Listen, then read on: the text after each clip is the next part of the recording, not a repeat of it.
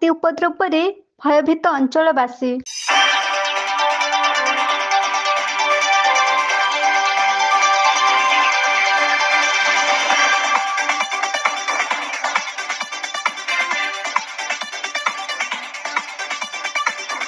ହାତୀ ଉପଦ୍ରବରେ ଘାଣ୍ଟି ହେଉଛନ୍ତି ଅଞ୍ଚଳବାସୀ।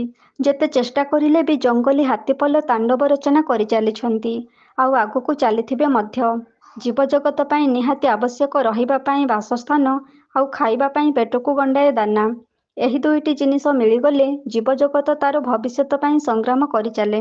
କିନ୍ତୁ ଦୁଃଖର ଅନ୍ଧକାରରେ ଘାଣ୍ଟି ହୋଇ ନା ପାଇପାରୁଥାଏ ରହିବା ପାଇଁ ନିରାପଦ ସ୍ଥାନଟିଏ, ନା ସଂଗ୍ରହ କରିପାରିଥାଏ ପେଟକୁ ଦାନା ଗଣ୍ଡିଏ, ଯାହାକି ଆଜି ଜଙ୍ଗଲୀ ହାତୀପଲଙ୍କ ଉପରେ ଭାଗ୍ୟ ଦାଉ ସାଧୁଛି। ବିଭିନ୍ନ କଳକାରଖାନା ସହିତ ଖଣି ଖାଦାନ ଖୋଳି ଜଙ୍ଗଲ ଧ୍ୱଂସ ପରେ ଧ୍ୱଂସ ହୋଇଚାଲିଛି। ଯେଉଁ ଜଙ୍ଗଲ କି ହାତୀମାନଙ୍କ ବାସସ୍ଥଳୀ, ଜଙ୍ଗଲର ଡାଳପତ୍ର ହେଉଛି ହାତୀମାନଙ୍କ ମୁଖ୍ୟ ଖାଦ୍ୟ, ଯାହାକି ବଣ ଜଙ୍ଗଲରେ ଦେଖିବାକୁ ମିଳୁନାହିଁ। ହାତୀମାନଙ୍କ ରହିବା ପାଇଁ ନା ମିଳିଲା ନିରାପଦ ସ୍ଥାନ, ନା ମିଳିଲା ତାଙ୍କ ପେଟକୁ ଆହାର। ବଞ୍ଚିବାର ସଂଗ୍ରାମ କରି ବାଧ୍ୟ ହୋଇ ଗାଁ ମୁହାଁ ହୋଇଗଲେ ଜଙ୍ଗଲୀ ହାତୀପଲ। ଗାଁ ମୁହାଁ ହୋଇ ରହିବା ପାଇଁ ସିନା ସୁରକ୍ଷିତ ସ୍ଥାନଟିଏ ପାଇପାରିଲେ ନାହିଁ, କିନ୍ତୁ ଖାଦ୍ୟ ଗଣ୍ଡିଏ ତ ପାଇପାରିଲେ। ସେଥିପାଇଁ ଆଜି ଜଙ୍ଗଲରେ ରହୁଥିବା ହାତୀପଲ ସବୁ ଗାଁ ମୁହାଁ ହୋଇଗଲେ।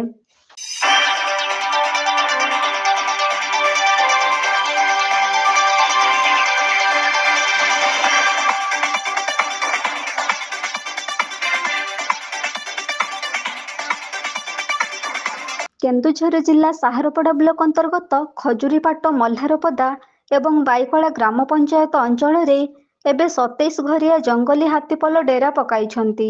ସେହି 27ଟି ହାତୀରୁ 2ଟି ଦନ୍ତା ହାତୀ ଅଲଗା ବୁଲି ଭୟଙ୍କର ତାଣ୍ଡବ ରଚନା କରୁଛନ୍ତି। ବିଲରୁ ଧାନ ଅମଳ ପ୍ରାୟ ସରି ଆସିଥିବା ବେଳେ ଏବେ ହାତୀପଲଙ୍କ ନଜର ଧାନକୁ ସଞ୍ଚିତ କରି ରଖିଥିବା ଘର ଉପରେ। କେତେବେଳେ ଯେ କାହା ଘର ଉପରେ ହାତୀ ଦାଉ ସାଧିବେ, ସେହି ଚିନ୍ତାରେ ଅଞ୍ଚଳବାସୀ। ଏ ଅଞ୍ଚଳ ପାଇଁ ହାତୀର ଆଗମନ ଅଞ୍ଚଳବାସୀଙ୍କ ଦେହସୁହା ହୋଇଗଲାଣି। ଦିନବେଳେ ସଂସାର ଚଳାଇବାକୁ ଚିନ୍ତା ଗ୍ରାସ କରିଥିବା ବେଳେ ରାତିରେ ହାତୀ ଦାଉରୁ ସୁରକ୍ଷିତ ରହିବା ପାଇଁ ଅଞ୍ଚଳବାସୀଙ୍କୁ ଚିନ୍ତାର ପାହାଡ଼ ସୃଷ୍ଟି ହେଉଛି। କେମିତି ମିଳିବ ହାତୀ ଦାଉରୁ ମୁକ୍ତି? ବିଭିନ୍ନ କୌଶଳ ଅବଲମ୍ବନ କଲେ ମଧ୍ୟ କୌଣସି କୌଶଳ କାମ ଦେଉନାହିଁ ହାତୀମାନଙ୍କ ପାଖରେ। ଯେତେବେଳେ ଯାହା ଇଚ୍ଛା ହେଉଛି ନିର୍ଭୟରେ ଉପଦ୍ରବ କରିଚାଲିଛନ୍ତି ଜଙ୍ଗଲୀ ହାତୀପଲ। କେବଳ ଭଗବାନଙ୍କ ଉପରେ ଭରସା ରଖି ଅଞ୍ଚଳବାସୀ ହାତୀମାନଙ୍କୁ ଦେଖି ଚଳୁଛନ୍ତି।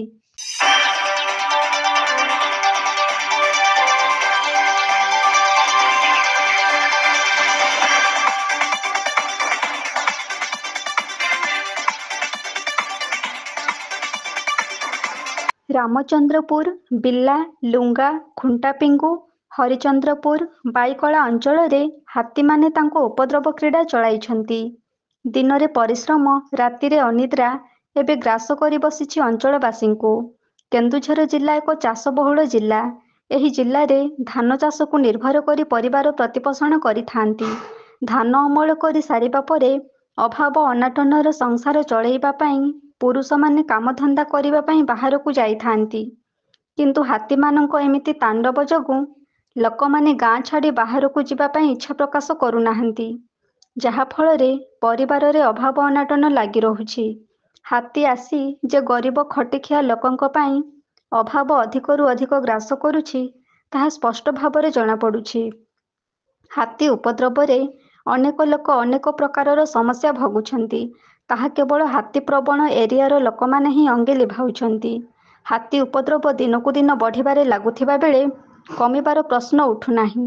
ହାତୀ ଉପଦ୍ରବକୁ ରୋକିବା ପାଇଁ ପ୍ରଶାସନ ସମ୍ପୂର୍ଣ୍ଣ ବିଫଳ ହୋଇଥିବା ବେଳେ ଏବେ କେବଳ ଭଗବାନ ହିଁ ସାହା ଭରସା ବୋଲି ଅଞ୍ଚଳବାସୀ ପ୍ରକାଶ କରୁଛନ୍ତି।